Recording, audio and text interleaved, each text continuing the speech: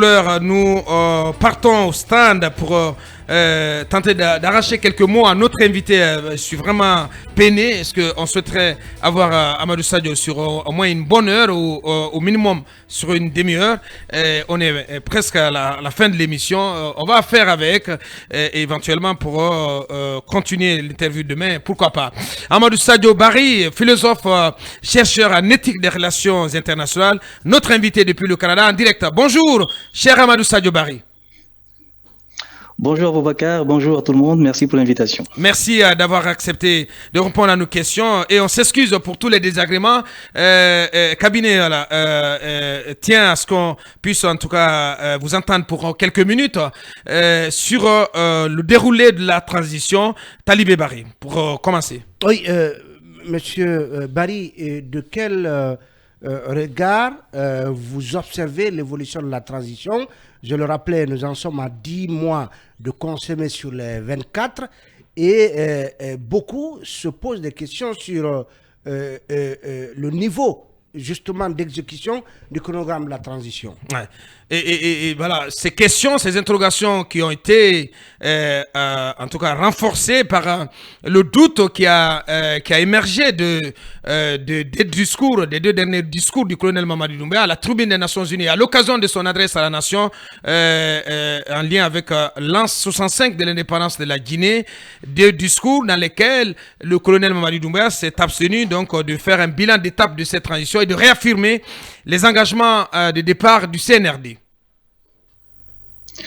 Écoutez, la connexion n'est pas bonne, donc je vous entends un peu mal, mais j'ai cru comprendre que vous me questionnez sur le niveau d'exécution du chronogramme de la transition. Ouais.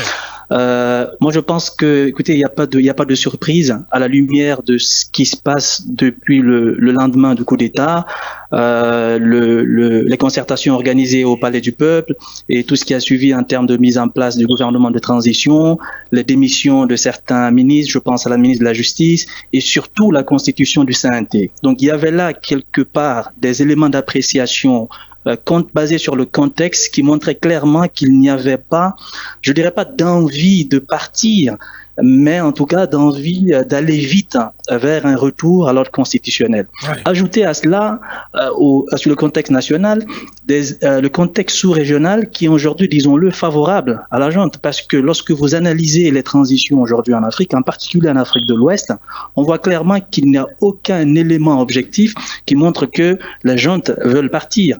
Et si vous analysez le discours du colonel Doumbouya, on nous dit qu'il va partir à la fin de la transition, mais jamais il vous dit à quel moment cette fin aura lieu ou c'est quoi la date de cette fin de transition. Ouais.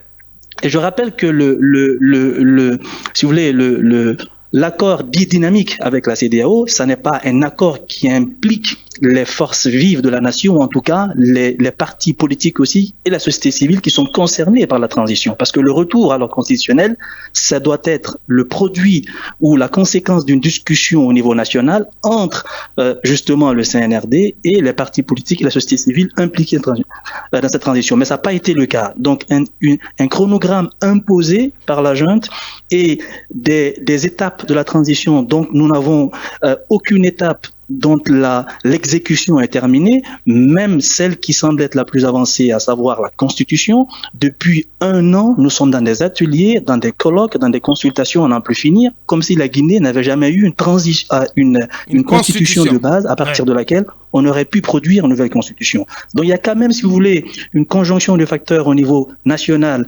sous-régional et même international aujourd'hui, avec la grisaille au niveau des relations internationales, guerre en Ukraine, conflit au Soudan, tensions et nouvelle guerre entre Israël et le Hamas, qui fait en sorte qu'aujourd'hui, il est très difficile de dire qu'il y a des éléments qui vont conduire une pression sur la junte pour qu'elle puisse organiser un retour à l'ordre constitutionnel.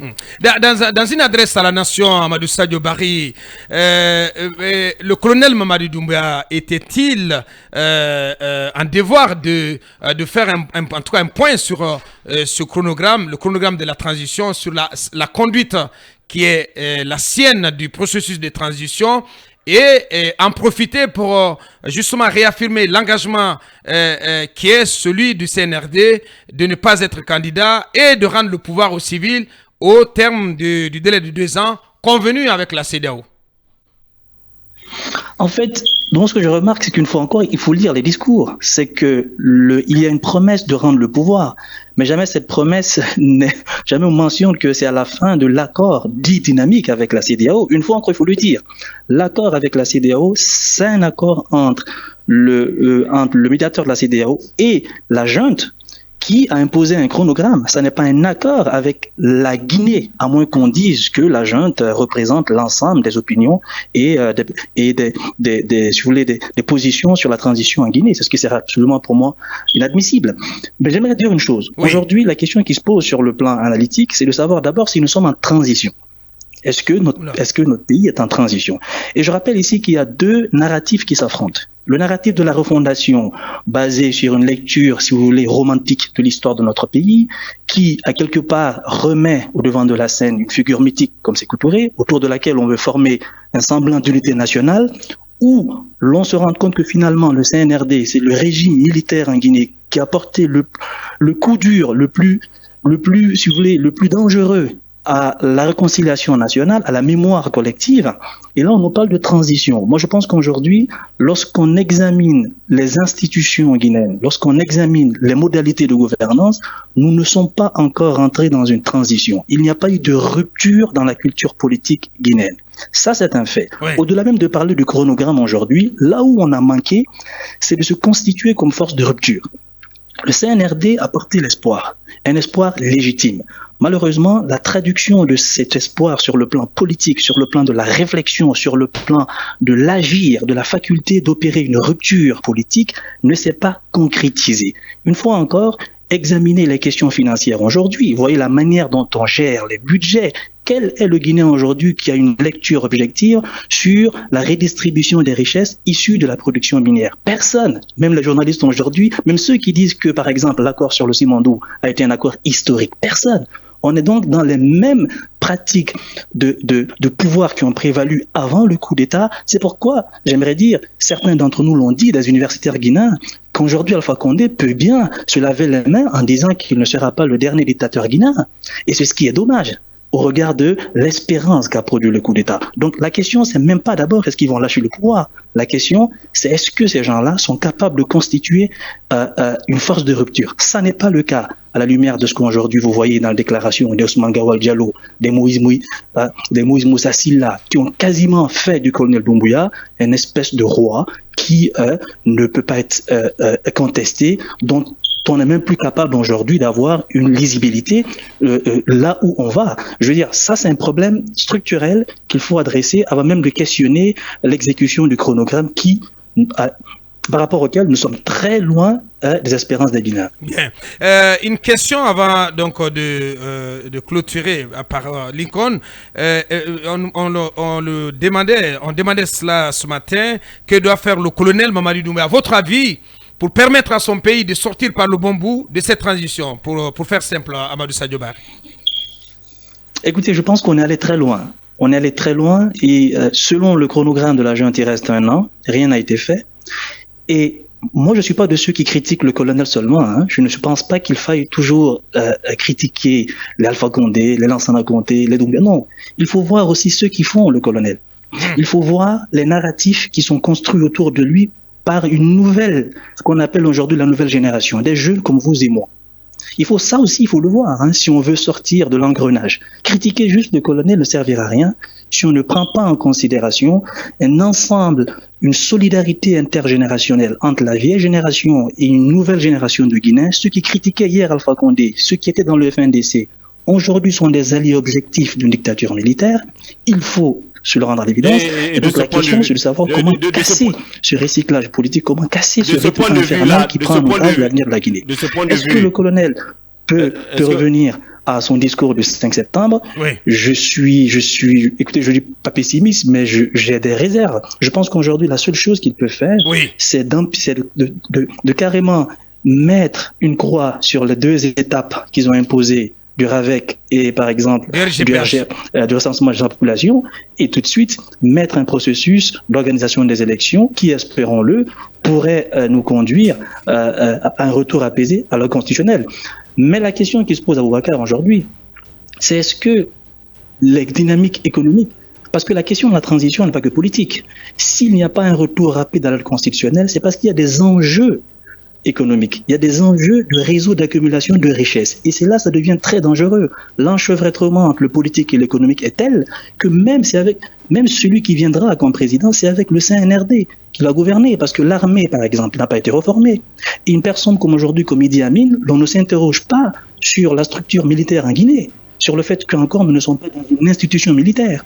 Donc moi je pense qu'aujourd'hui il y a des questions fondamentales qu'il faut poser au-delà de la personne de Doumbouya. C'est notre capacité collective à faire société qui est en jeu. Notre capacité collective à concrétiser l'espérance de nos populations. Et malheureusement sur ce point-là, Doumbouya n'est pas le seul responsable. Ce sont des jeunes Guinéens aujourd'hui. Il y a une nouvelle jeunesse en Guinée qui s'est approprié le pouvoir et qui est en train de nous conduire au fond de la fosse ou de ce que Frantz Fanon appelait la Grande Nuit. C'est malheureux, mais qu'est-ce que vous voulez qu'on fasse? Bien, Amadou Sadio Barry. Vous tenez à cœur aussi de réagir aux déclarations de notre invité, professeur Alpha Amadou Bano Barry, donc, qui était chez nous il y a quelques jours. Et qu'est-ce qui vous a fâché dans ces déclarations, Amadou Sadio Barry? Alors écoutez, moi je ne suis pas fâché. D'abord, très rapidement, 3 choses. La première des choses, je condamne fermement ceux qui disent que Bano Barry ne doit pas être invité à parler sur la place publique. C'est inacceptable. C'est un chercheur et ceux qui ont lu ses travaux sur les violences collectives savent qu'est-ce que Bano Barry représente en termes d'analyse des violences en Guinée. Bien. Ça, il faut le dire. Donc, pas parce qu'il a été Premier ministre qu'il ne faut pas l'inviter. Deuxième chose, pas parce qu'il a été ministre, c'est pas là où Premier c'est problématique. Ouais. L'on ne peut pas, lorsqu'on occupe une fonction comme celle qui a été la sienne, dire que personne ne peut nous demander des comptes lorsqu'on a soutenu une dictature politique. Je veux dire, ça, c'est aussi inacceptable. Pire, c'est lorsqu'on fait appel à sa communauté. Je veux dire, Bano est un sociologue. Il sait mieux que quiconque que la communauté Peul n'existe pas sur le plan sociologique. Et je trouve très inquiétant aujourd'hui que des personnes comme Bano, des personnes comme Gawal, lorsqu'ils ne sont pas capables de se regarder dans le miroir, font toujours appel à la communauté Peul. Je pense que ça doit cesser. Laissons tranquille. C'est pas une question de communauté Peul qui est en jeu. Et c'est absolument ridicule de dire que les Peuls ne veulent pas qu'un Peul gouverne avec d'autres tant que Cellou n'est pas au pouvoir. Qu'est-ce qu'on est en train de dire là lorsque Bano dit ça, qu'un intellectuel vous dit ça? On reconduit les stéréotypes sur les Peuls, on reconduit les préjugés sur les Peuls, comme quoi un Peul n'aime pas partager, un Peul n'attend que Cellou. Mais beaucoup d'entre nous ne connaissent même pas Cellou. Beaucoup d'universités Peul aujourd'hui sont plus proches de Sidia et de Gassama Diaby. Demain, par exemple, lorsqu'on critiquera les Alpha Bakar Barry, c'est pas parce qu'ils sont des Peuls. Lorsque demain on critiquera les Maurice Andan, c'est pas parce qu'ils s'appellent Kouyaté. Non, on va les demander des comptes sur la gestion du pays alors même qu'ils ont été dans un gouvernement qui a réprimé la population. C'est de ça on parle. Non pas parce qu'on s'appelle Sidibé, Barry, Diallo ou Silla. Non. Les Guinéens aujourd'hui veulent discuter sur la responsabilité de nos élites. Et c'est tout à fait légitime que des chercheurs guinéens s'interrogent sur, et je m'excuse, l'aveuglement du professeur Bano lorsqu'il a été au pouvoir et son accompagnement du 3e mandat qui a conduit quand même à une dictature en Guinée-Conakry. C'est de ça qu'on parle et non pas la communauté Peul. Je termine à Boubacar en disant, nous sommes dans une société où les affiliations communautaires sont très conflictuelles.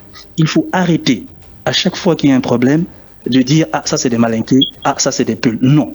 Il faut situer les responsabilités, les examiner dans leur contexte et en appeler à la responsabilité. Moi, je ne critique pas ceux qui sont au pouvoir. Ceux qui, des amis même aujourd'hui, qui sont dans le FNDC, avec lesquels sur TV5 on critiqué Alpha Condé, qui sont aujourd'hui au CNT, sans les nommer.